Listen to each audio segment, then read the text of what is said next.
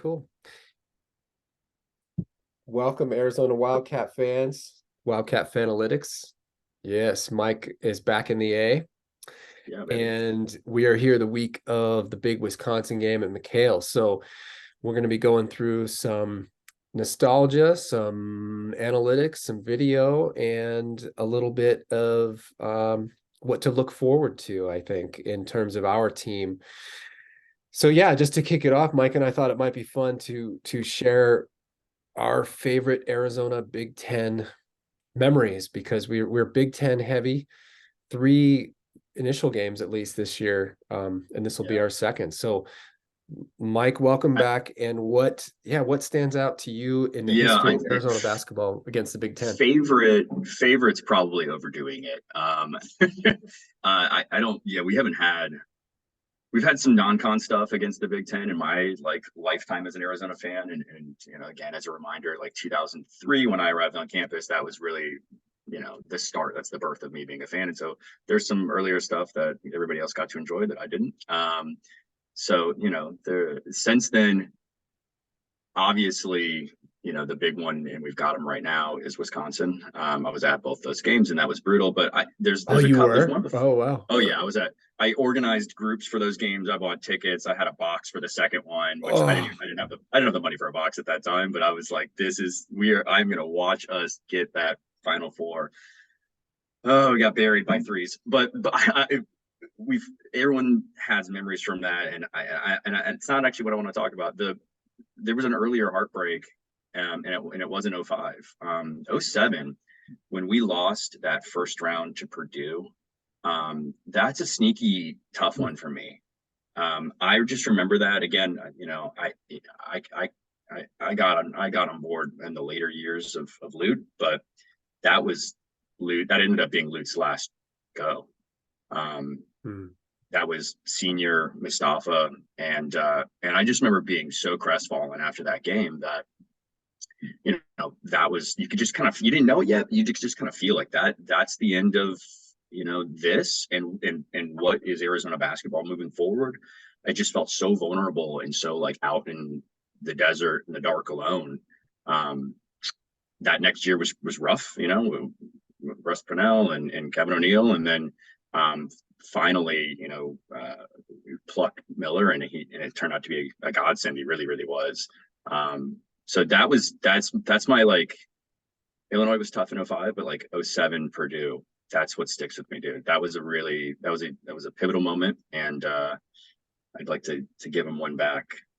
Yeah, Wow. yeah, I appreciate you sharing that. That's like really, that's heartfelt. And that that's a deep cut because I'd sort of like, man, I don't know if I hung in there with those teams. It was just so tumultuous I those get it. years, and I don't think I watched that game. I think I expected them to just flame out, and they did. And appreciate you hanging in there. And Yeah, hopefully, in about what 11 days, we'll get a little payback for you. yeah. Um, okay, so this will be a nice compliment. And as I am, you are several years my junior, I will take us Mhm. back in time Let's to go. a little bit more triumphant moment. Thank you. And this is something I posted on shout out wildcatauthority.com. If you want to Hmm. get some inside info on the program and recruiting, go there. And I posted something about this game. This is one of the few games that I watched live. It was like lightning in a bottle.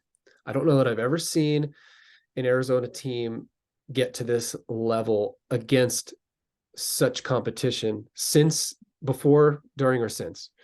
Yeah. And it's almost like it didn't happen because nobody saw it, and there's no record of it that I could find. So this was the year we went to the Final Four. Khalid Reeves, Damon Stoudemire, 1993 Fiesta Bowl Classic, right before New Year's Day. So it would have been 93. And we had Michigan in McHale with 4 out of the Fab Five. I think this was coming off of 2 national title finals games, right? Wild. Yeah. And we beat the crap out of them. It was, I mean, I'm sure they just, they didn't show up the way they feel proud of, but from our perspective, it was just poetic, man. We put 119 on them and really took the gas off the pedal with like 5 minutes to go. I mean, It was like Arizona Morgan State this year. It was Ex- it, 119. check it out. I think it was 119.95. Wow. Don't quote me One on it. 1995. No, I see it now. Yeah, but You said 40. the 95, I felt like they put about 25 points, up in garbage time. I think at one point Yeah. it was about 102 to 60 or something. I mean, it was amazing. Khalid went for 40. I think he missed one field goal attempt. Um, and that's the type of thing where it's like, gosh, if this were an East Coast team, Khalid Reeves would have been player of the year Right. candidate. So Yeah. it was amazing that it was against four out of the Fab Five. And they weren't the same as they had been with Chris Webber, but Right. it was, I would have been 15 or 16 at the time. And that was a really cool moment just to be like, oh wow. I think they were probably ranked pretty high. They Yeah. might have been ranked in the top 10, top 5. Seventh ranked. Number Seventh, there you seven. I'm go. looking at it now. Yeah. Okay, cool. Yeah. Was it Wow. 119.95? Yeah. Yeah. Yeah. That's Yeah. crazy. It was nuts. And it was not on national TV, I don't think. So, this was back before satellites and Yeah. streaming and all this. So I don't even know how in Connecticut I saw it, but somehow, That's crazy. probably because I was obsessive and I was combing through the, like TV guide and like, The can I TV get it guide. on? Yeah. And we had this on the East Coast, they had Nesson, New England Sports Network, where you had like Okay. all the Red Sox games and every once in a while, for whatever, like Nesson and Raycom Sports and all these little affiliates had Pac-12, Pac-10 games at the time. And that was just one of those ones that I got to see because I only got to see about a handful a year. And back then, and that was one of them. They had the Fiesta Bowl Classic Tournament Championship, Michigan, Arizona, 1993. That's There you go. crazy. So I'm Yeah. hoping to I think channel a little of that mojo in the next I few love weeks. that. I love that for us. And let me tag on one little additional. The beating Michigan in Vegas. I was in Vegas for that prior game. Hmm. This most recent, 2 years ago. So Lloyd's first like real non-contest, and we go to Vegas, and it was Wichita State, and beat Wichita State. And I was there for that game, and I didn't stay for Michigan because first off, I can't stay in Vegas for 3 days. It's bad for my health. I need to keep my feet on the ground. Second, though, I didn't know that. I thought we were going to get whipped, and we really handled Michigan in that game, and that felt like, wow, like Tommy Lloyd is kind of a dude, and this team is pretty for real. I think everybody expected us to get pushed back on that one, and we just really asserted ourselves. And so, channeling a little Michigan love into this program, little victory over Michigan love into this program, and yeah, hopefully that leads to some Big Ten dominance by Arizona coming up here. Yeah, I mean, I hate to be overly superstitious, but I think Lloyd's undefeated so far against the Big Ten. So I'm At Illinois and yeah, we'll come Indiana back neutral. totally. Yeah. Michigan, Mhm. Michigan State, Illinois Yeah. on the road, Yeah. Indiana. He's going after him. So Love it. great. Well, let's come back to that. So Colgate happened in between now and then, and Hey. me. I actually really think we learn a lot about the teams in these buy games. You Mhm. learn a lot about intrinsic motivation when it's not as easy to find the egoic threads of a Michigan State or a Duke or an Illinois on the road or a Michigan and Vegas type inspiration. And so I Yeah. love Especially watching, between those games too, right? especially between those games. So I actually Yeah. love the buy games because they show me a lot about who we are. And I came away from Colgate feeling pretty excited. So let's hear your takeaways. Yeah. What felt noteworthy? Yeah. You look at the halftime score, and like, I don't know if anybody felt thrilled about that first halftime score. I actually missed like the first 5 minutes, which seems like a godsend because the offense wasn't really clicking in that early going. But I felt really fine about our defense, and I felt mostly fine about our scoring. Funny enough, even though we were only up, I think 5 at the half. Obviously, that run in the very beginning of the second half just completely buried them. I think there was the first 5 minutes or 8 minutes of that second half that we just completely dominated them, which is great to see.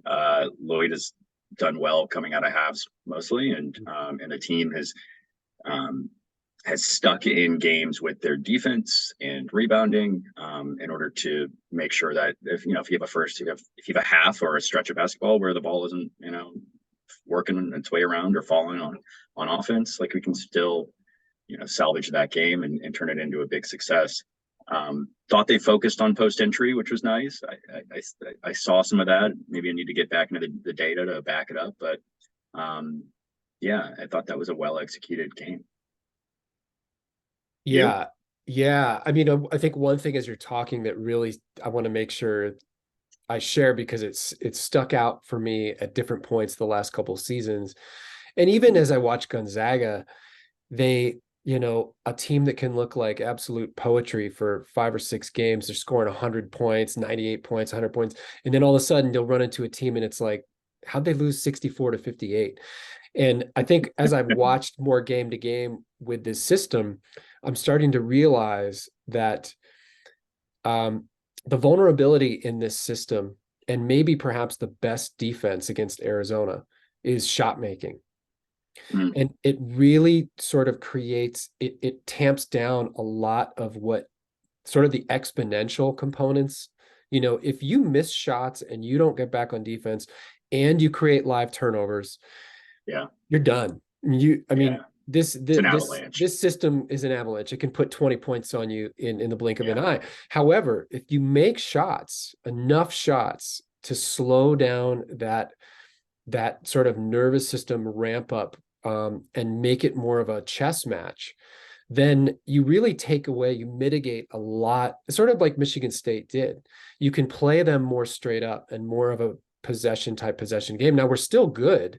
We're still very tough to beat in that, but dominance, as it were, looks a little different.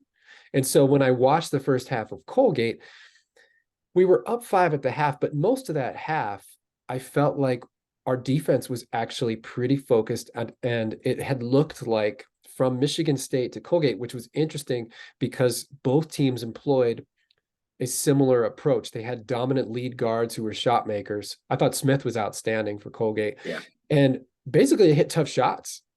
And Mm-hmm. like I can live with losing to a team that's hitting defended 26 footers and contested runners and floaters, and Because what like, else can you do, what else right? can you do? I Like, mean, but we're yeah. really, it seems like and we're going to get more data on this in the coming weeks. It seems like the eye test would say that we're giving up far fewer paint twos and layups, and like people are working for their shots, and we had the occasional breakdown in the first half against Colgate, but overall I like the way we attacked the pick and roll. And I actually thought they didn't really deserve 30 points. I actually thought they played about the same in the second half, and they sort of missed a few. um and then, like the McHale effect, you're going to make tough shots in the first half, and then maybe you're going to miss a few open ones in the second. So I thought the halves were actually pretty equal, and it evened out in the second half at 55 points felt justified. Whereas some of these games, especially last year, a team would put up 18 points in the last 3 minutes and be like, well, that's not really representative of the overall defensive efficiency. This game, it felt like, yeah, they don't deserve more than 55, but they also don't deserve less. Yeah. That's a heck of a program. So my other takeaway is that I love, and Miller did this to his credit. I think it's a strategy to sort of game the seeding system, is that they're looking for the favorites in the really low Right. conferences that are going to be 15s and 16s, because then you get credited with a win against a tournament team. You beat a tournament team. Yeah. Fine.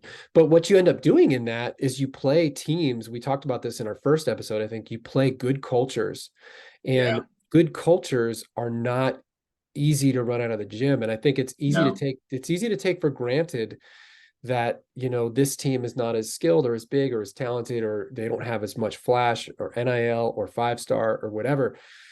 There's a lot that can be made up in coaching and culture. And Colgate, among like Belmont, um, uh, like Wisconsin, Yeah. like Michigan State, like these are Duke, obviously, these are highly established cultures. And I love that we're playing this as we're sort of establishing our standards and our culture. I want fans to really just take a second to appreciate that you don't just run Colgate out of the gym. It's like Princeton, like you might be better and you might beat them by a few possessions, but they're not just going to lay down. They're going to stick with their Yeah. conviction because they have years of identity formation around what they do.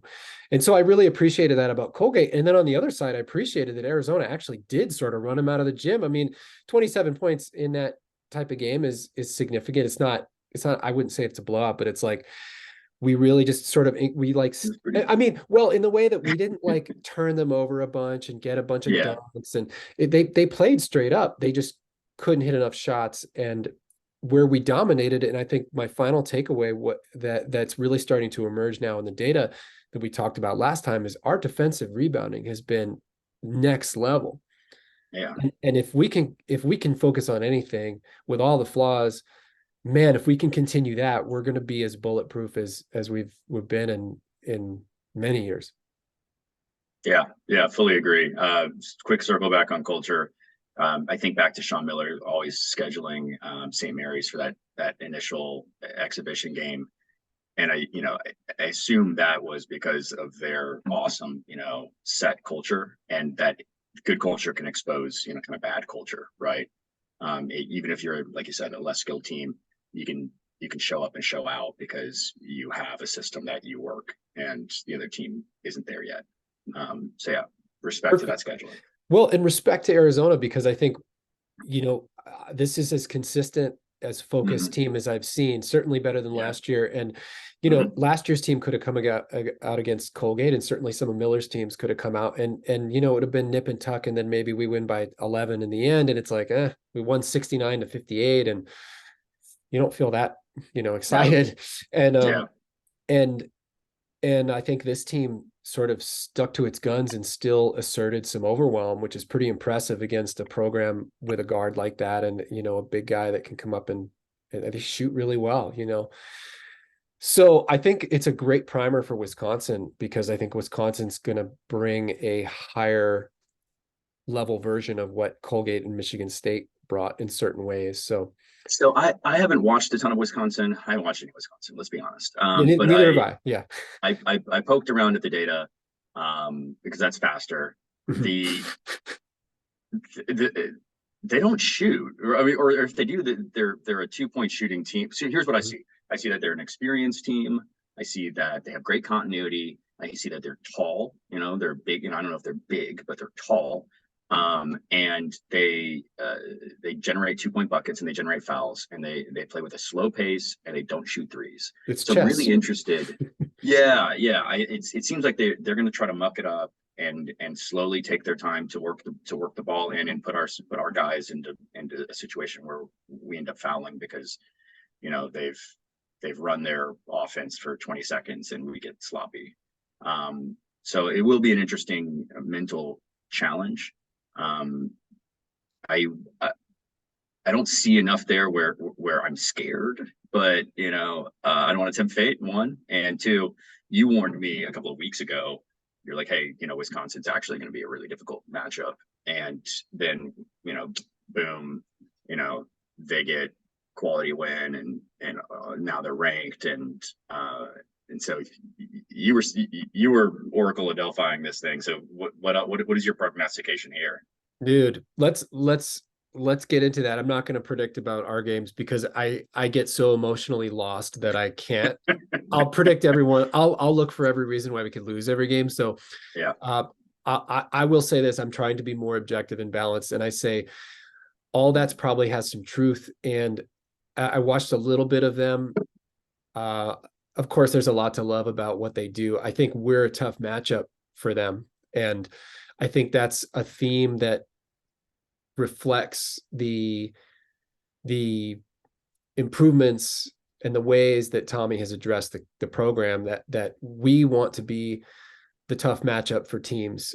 We want people to watch us and be like, God, they're a tough matchup for us. And I think in years past, and particularly last year, it was like, God, this team's hard to play against for us. And it's like, well, there's a reason for that. We're the common denominator for that and why we're so vulnerable. So Hmm. one more point I wanted to make about just really appreciating what, what you have, because I can get spoiled in the loot era. I got spoiled, in that 93 game I referenced with Michigan. That was sort of the end of a run where like we had 71 at home in a row before I even understood what college basketball was. I was like, oh, that's what you do. You shouldn't lose at home.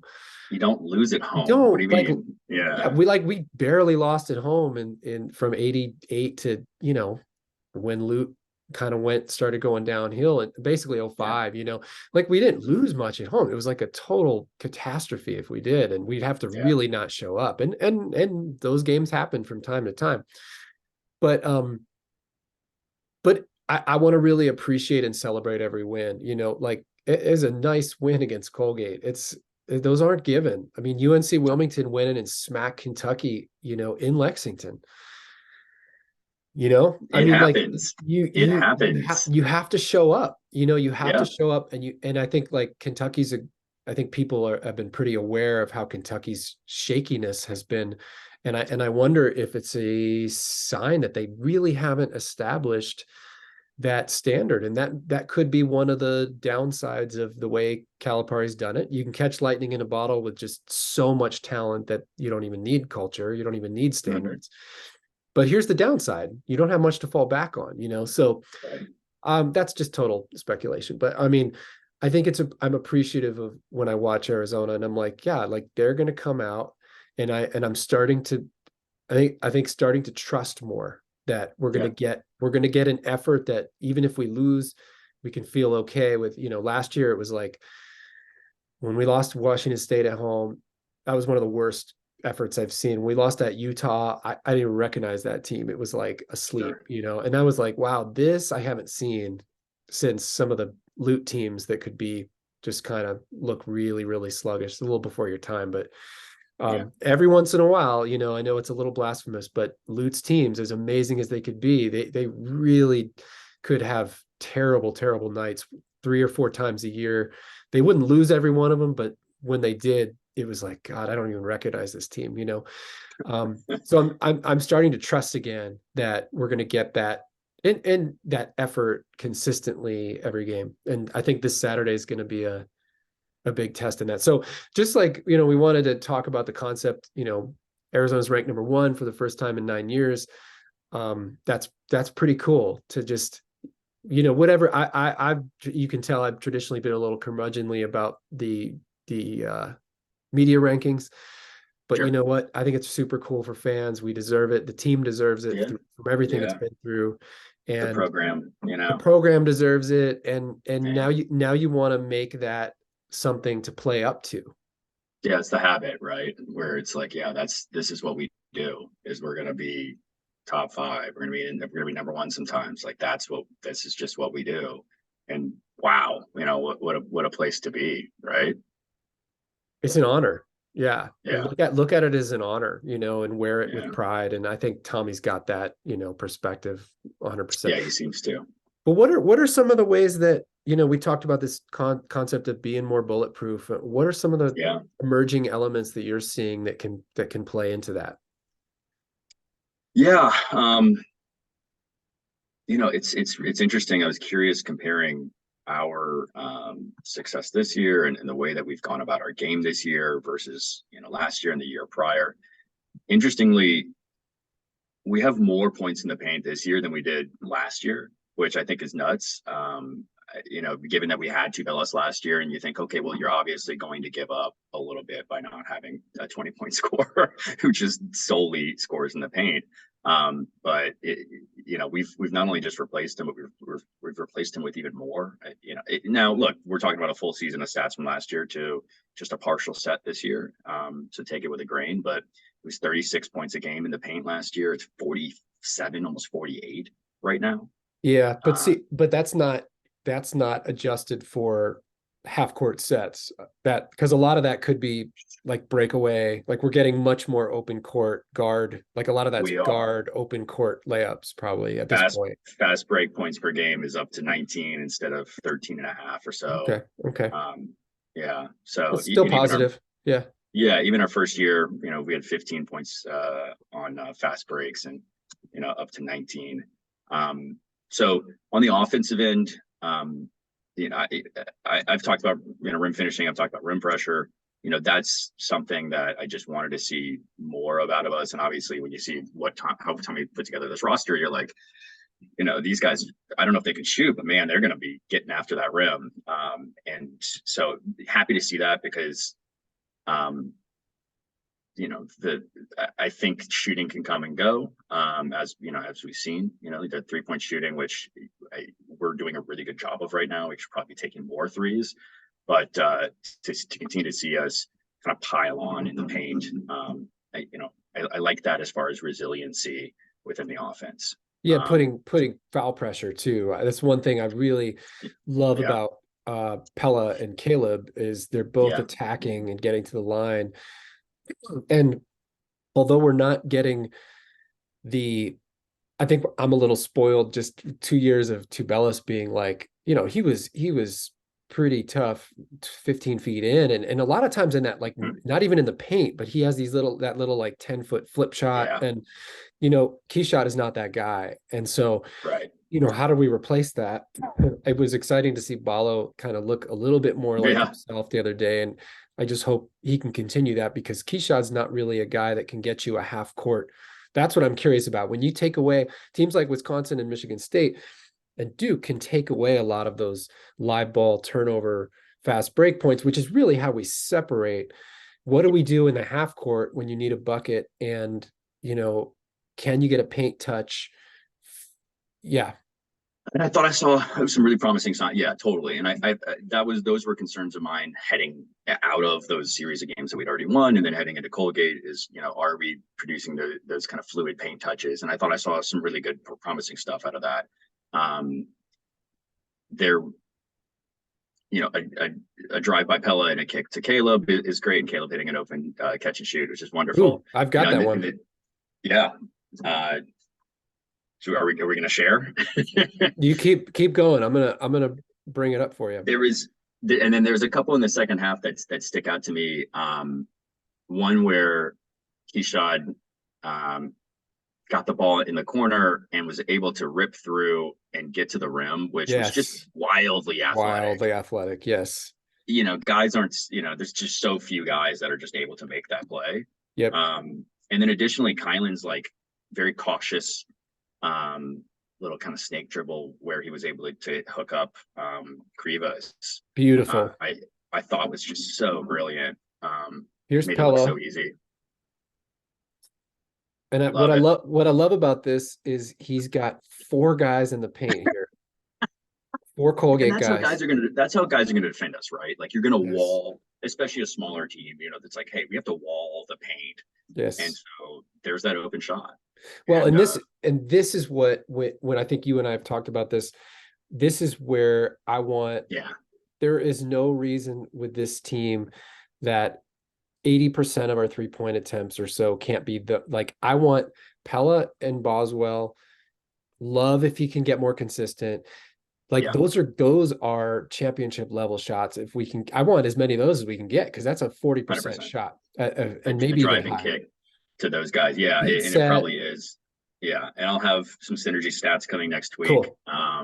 So that we can take a look and see how guys are doing on the catch. And it should be illuminating. But last year we know Pella was elite, Kylan was elite. Yep. And you're just kind of hoping that you're like, look, Love, man, like you can hit an open jumper. Well, so he was 2 for 5 against Colgate, and he took one that I don't have on the highlights, but people will remember. I think it was in the first half when Boswell came down and basically dribble handed off to Love on the wing, but it had to be 28 feet out, and instead of just running through one of the actions, he's flat-footed and he just launches it. And it's like, cut that one. Let's cut that one. That's the one. He's probably a 40. I bet he's a 40% shooter if you just count the catch and shoot open threes. We're going to find out. or one dribble standstill, or the one where he walks into it on a secondary break. But we don't need we're in our set already. and it's 23 seconds on the shot clock. We don't need the 28 footer with a guy in your face. And I'm hoping that like he's not a 30% shooter if we can get, some of those to transform into running our set. You can always get that shot with 3 on the shot clock. Yeah. And he does. Yeah. He's always good. So here's another just is this the one? Yeah. No, this isn't the one. That's not the one. Hang on. I got I want Pella and Umar on the ball screen. This was no, man, I did the wrong one, huh? All right, maybe I screwed that one up. Okay. Well, there were many of those moments.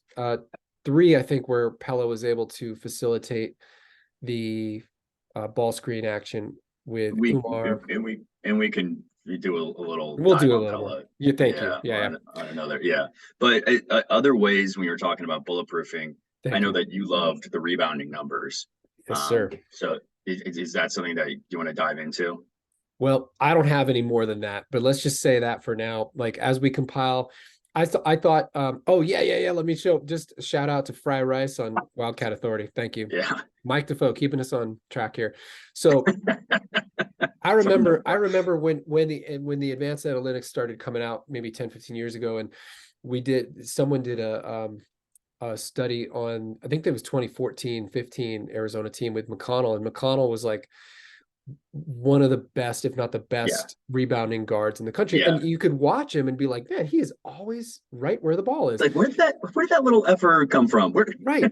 And I think part of what's hard to measure when we evaluate players and teams is people having an intuitive sense for the ball and then having the willingness to go get it, and then Yeah. maybe the competitiveness to get hit and all that stuff. That's really Yeah. hard to quantify and measure. And so I think that defensive rebounding percentage is a nice kind of little touch into that world. And so I Hmm. put it out to the board the other day. Thank you, Fried Rice. Just picked it up on Fry Rice, sorry, on Ken Palm, which I do not have a paid subscription to. So the defensive rebounding percentages, last year, Kerr hauled in 6.6% of all defensive availability. However they quantify that, I'm not totally sure. It's up to 10.8 with Boswell. So if you think about 6.6 to 10.8, that's roughly like a 60% improvement. Yeah. That means like 6 out of 10 opportunities are not going to either someone else on your team or most likely someone else on the other team, which is Jump. huge. It's a big It's a jump. huge Yeah. jump. So Yeah. from the starting shooting guard to Caleb Love, it's a 3.4% jump, which is almost a 30% improvement. And then the backup wing is up 10.5 last year to 17.9, which was noted. 17.9% is Keyshawn's rate. I don't know how Oh, these, okay. do you have a sense of how these numbers normalize across like all of college basketball? Like what's an elite defensive rebounding percentage? I would guess Um, for different positions it's different, but yeah, I usually do have I remember like the actual rebounding numbers, like the total rebounding numbers, but I can't remember on defensive specifically. So um my recollection is that above 10% and you feel really good for a guard. Like if you're like above 10% for a guard is really good. 8% I remember being like kind of average for our wings previously, if I remember correctly. Um like Ben yeah. and I believe Dalen and Pella all were kind of in that same range, if I remember right. And so, to see guys like Kylan to currently be above 10% at his height is amazing. To have KJ guys that are KJ at in the 18%. 17s. That's what I was KJ's thinking of as six KJ. foot Yeah, four KJ at like 18% is KJ like breaks the mold. well, and Yeah. I think what a lot of those are on those kind of 50-50 balls. Sort of what Yeah. we showed in the film and last episode. And that's the stuff that stuff translates into bulletproof winning, because you Yeah. limit the opposition's second chance. And like I said earlier, the best defense against Arizona is making shots. And when you Yeah. miss a few, like you could see in Colgate, when a couple didn't go in, even when they ran their sets well and they got decent shots, if it doesn't go in, the likelihood of 6, 8, 10 points in a row, it seems like it goes up exponentially. So KJ and the overall team defensive rebounding to me is one of the most exciting bulletproof elements of this team. So let's continue to do that. And they did fix the stat. Jason said that Colgate was not credited with a single offensive rebound. That's Crazy. And so I think that's going to be big against Wisconsin. Can we show up? We're not going to hold them to that, but can we show up with that level of focus and tenacity to compete and dominate the boards like we have?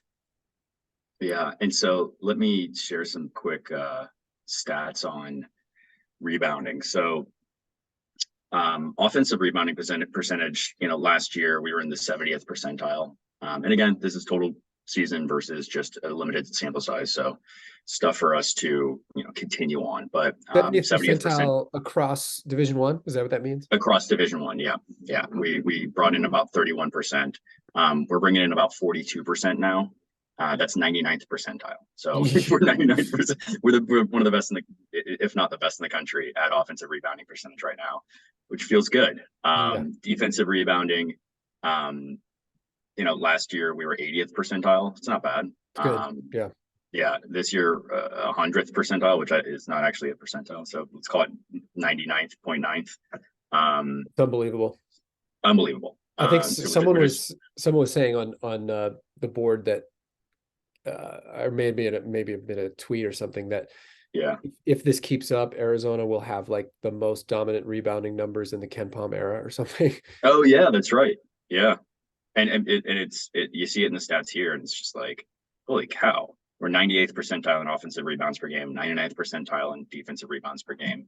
Yeah, I mean, it's just and then 100th percentile in 99.9 in keeping offensive rebounding percentage for your opponent down. And obviously those go hand in hand, right? If you're an those go hand in hand. Rebounding. Yeah. So I think that's what I noticed about the first team Tommy had was, that's how, if you keep the ball live, if you don't take it out of the basket, then his system just blows up. If you can get a defensive rebound, that makes all the difference. If they score, that's 80% of their defense.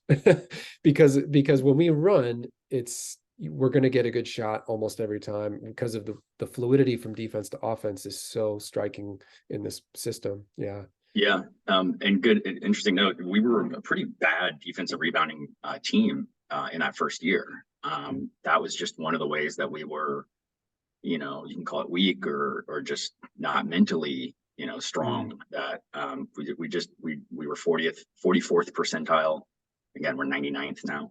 That almost killed us against TCU. Yeah, it's like we couldn't exactly get one. Right. Yeah.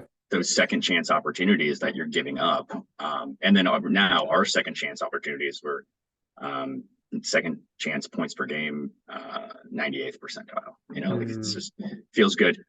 One more note on bulletproofing, bench points. I think that's another thing that Tommy leaned in on, is to say, hey, like I want to make sure I give ourselves, and he's talked about this, I want to make sure I give our team as many chances to win, as many ways to win. I think a lot of that is having a bench that can support you, and if a guy has an off night, or if a guy fells out, you can have a guy like KJ step in and still be an impact player. Bench points per game last year, 57th percentile. That's not great. First year it was 81st percentile. It's good. This year 96th percentile. We're getting 31 points per game off of the bench. We're not bulletproof. I'm not saying we're invincible. We're not 10 feet tall and bulletproof, but we are doing the things that protect you from the nature of college basketball, which is that it's just volatile. Guys are going to hit shots. The ball is not going to bounce your way every time. But if you do those things, you have a bench, you rebound, you create opportunities within the paint. Yeah, good things are going to happen. Maybe in the summer we could do a whole thing on the 3-point shot, because it really has helped me appreciate the variability of the sport in general. And it's one thing I'll say, and I'll practice being concise here. About the number one ranking, as I was kind of leafing through the comments about that this week, it's so hard to capture the true nuance of 362 Division I teams in a hierarchical sense like that, because because it is such a high variability game, and a lot of that is the 3-point shot. And I started thinking about like how, I mean, think about like Steve Kerr, who was, he came to fruition when the 3-point shot was implemented. Yeah. And he was 6'2" with a bad knee, can't jump, not very quick, not a great ball handler, but super smart. And the 3-point shot takes away advantages that exist in almost every other aspect of the game, where Right. you can be 5'6", you can be 6'10". That Moffitt guy for Colgate probably can't do much else on the court, but he's an absolute assassin. And so in what other, you know, The in great what other, equalizer, right? yeah, can you get 1.5 times the points that you can get Hmm. inside the paint? That's like, mathematically it actually changes the variability of the game. And that's of course why we sort of love and hate March Madness, because it's now everybody can shoot. And if you watch some of the, go back and watch the YouTube of the Lutz teams, he had that 1-3-1 zone, and at times against teams with 4 NBA players, he'd have 5 guys inside that 19-foot 9-inch, and that's a whole different game. It's just like Yeah, it's everyone's a whole different packed in game. this tiny little area. Now, like, how many teams don't have at least 3 guys in their starting lineup that you have to come out on, some with 5?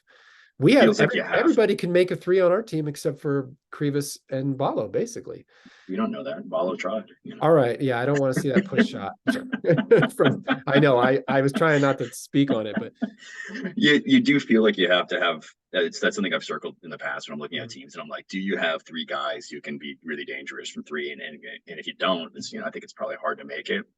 There's been some teams in the past that have proven that sure. wrong, but yeah, it certainly injects danger, and towards any team facing that Yeah. team. They can hit threes and they can take you out. Yeah. Um, And the range factor, like I think Steph Sleem and then Steph right. Curry and then Dame now have like made it chic to be like, well, I'm only 6 feet tall, like the kid from Colgate, but Yeah. I can shoot from 28 feet now. So it Yeah. totally extends the court in a way where, like, the pack line defense and a lot of the Right. concepts were created in an era of basketball where you didn't have to worry about, Right. like, Lute never had to worry about, making a 3 was almost like an anomaly in the early 90s. Like when we went up Yeah. against East Tennessee State, they were more of almost like a modern team. They had 4 or 5 guys that were 6'4", Mhm. undersized, but they could all shoot. It was like, you're not guarding them. You're not even guarding these guys. It's a layup. And so Yeah. I think like that's a real development in this era that again makes me really appreciate how consistent Tommy's been able to be, because it's just tougher to play defense when you have higher skill level and a stretched court. Yeah. Yeah. So we should appreciate that number one while we have it Appreciate the number because one while we have it, man. it's a dangerous game out there. Yeah. Any thoughts you have on how all of that leads into Saturday, and what you expect to Uh, see or want to see or well, like I said, don't I want to see? from what I saw, yeah, I know, and I'm tempting it here. From what I saw, Wisconsin is not a quality 3-point shooting team. They don't really make it part of their game. They'll Dude, probably go nuclear for all yes, you're for forgetting those comments. The McHale effect. Yeah. Yeah, exactly. At least in the first half. Yep. Do you know that I actually looked at that? Sorry to interrupt, but Marquette No. on that point, I was like, okay, that guy, sorry, Kesmet or Klesmet, he was Uh-huh. 5 for 10, either guard. He was 5 for 10 from three, and the rest of Jesus. the rest of the team was 0 for 10. And I'm just like, all right, you wait till we get in McCann. Jeez. Boom, boom, boom, boom. Sorry, keep Yeah, going. no kidding. No, no. I mean, He was the only one. He was the that's only one who made it a 3. Was my point. Yeah. yeah. Yeah, that's this should be a cathartic game, strategy wise, not a whole lot. Wisconsin still needs to get through Michigan State today. Michigan State's no pushover. So let's see if Wisconsin can make it through that unscathed. Um, I'll probably take some additional insights out or additional thoughts out of that game. And Mm. the 2 games now they've got, okay, well, if you had Marquette recently, you've had Michigan State recently, now you got Arizona. Um, Probably can kind of glean some stuff of what they're going to try to do against us from those two. But yeah, I think they're gonna try to put us in foul trouble. Thankfully, we have a bench. Thankfully, we're an excellent defensive team, and so I don't think that we're gonna have to bite on a lot of stuff. But and they're gonna try to take it inside. And thankfully, if we're not the tallest team in the country, as I think it was Fry Rice again, who's showing me, yeah, showing me the breakdown on we play tall.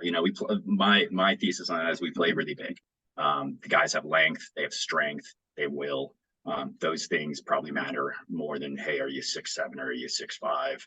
Well, I'm 6'5" with a 6'9" wingspan, and I'm 215, and I'm Pelle Larson, and and I'm tough as nails. And you're like, all right, that guy's big.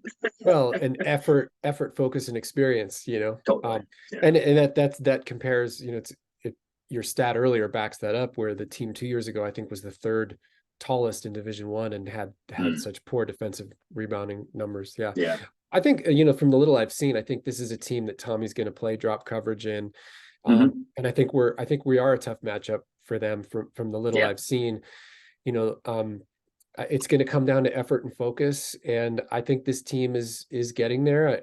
I think they look like a team that is up for it and gets excited to play, and so I hope that continues. And I wonder if Tommy shows them those two Elite Eight games this week, because to give the players an appreciation for what the fan base has put on this game. I don't know if that would help or not, Former coach here, is that helpful or is that hurtful? Is that it would depend on the pulse of the team, like okay. they may have enough just going on their own that you don't want to muck it up, and put some sort of story on them that they don't need. So my sense is, just getting a sense of Tommy, he probably wouldn't mess with something like that unless it was like, hey, you guys are distracted, you're full of yourselves. Sure. Right. Like come maybe back to reality. Yeah. Like, So who knows? I mean, he has a pulse on that. I certainly have no idea, but I think it's an interesting thing to have in your back pocket, to be like, hey, if we're struggling to get some humility here, like check this shit out, man. Like check out the video game Frank Kaminsky and Sam Decker. God, has Sam Decker made a shot since that game? He used them all. Or the BS push, on Nick Johnson that ended up being called an offensive foul that ruined that game. And just say, look, like you can be the best team in the country. You can play your heart out. And if you let it stay close, it can get taken away from you. I don't want to go back. No, I think Aaron Gordon was 2 for 18 from the floor in that game too, or something like that. Was he? Yeah. Jeez. Yeah. So I might be wrong, but it was something like that. Yeah. But like, that's the thing is just take nothing for granted. Show them the UNC Wilmington, Kentucky score. I think as we come back to my whole mantra is like, when I worked with athletes was, can you create a relationship to your sport that has meaning for who you are? And if you can do that and you can come back to that and stay rooted in that, then great things can happen, because you're doing it for something that's really innate and intrinsic. And then the other stuff just adds positive, it's like drinking yerba mate. It's like, I'm already focused, but now I'm like super jet fuel focused. So this team, from what I've seen, I've been really impressed with the consistency, and just a little shout out to Caleb Love, because he's going to be the object of so much scrutiny. That I haven't seen a fourth year guy who comes out and balls every game. I haven't seen him take a play off. No matter who we're playing, he was fantastic against Colgate in terms of his effort. It's going to come down to decision making with this team and how far it can go, and that's why I think when probably good that we're waiting on our player feature with Pella, because he just hasn't had the critical amassed amount of minutes with all the blowouts. But I think as you get into the bulk of the season, when Pella's playing 30 minutes, when he's in the game, the offense has a different level of cohesion. And I think, like, I want to see this, again, Michigan State, we missed that because he played 19 minutes because of the foul trouble. So I'm interested to see what can happen when Pella's playing 30 minutes a game. I think the offense is missing that little bit of cohesion, and I'm hoping that that's the difference on Saturday. And I 100% agree. Looking forward to it. Well, check back in on Saturday. Otherwise I'll see you on the Wildcat Authority board. we'll leave it there. And gosh, like everybody, is it okay to share about your Yeah, family? So yeah, just give a lot of good thoughts to Mike and his family, and his partner's going into labor any minute, and they're getting ready yeah. for My their wife second. is, yeah, my wife is about to give birth to our second boy. So we're between now and next Tuesday, I believe, we're probably going to have an addition to the family. So thank you very much. Really appreciate that. Wilma Defoe. Yeah, Lute, Wilbur. actually. No. So next week I might be solo, or I might be seeing if I can Could get be. someone from the I board to maybe I'm pinch maybe hit. I'm doing it from the hospital. Who knows? Hogue Hospital in Newport Beach. They're the best. Don't do that to yourself. But well, if Don't we do it to my wife. yeah, yeah, right. Okay, well, if we don't hear from you on the board this week, we will be thinking good celebratory things, and Thank you. hopefully that mojo carries into a Wildcat performance that we can be proud of on Saturday. Yep. And we will be back when we're back. Okay. Take care, everyone.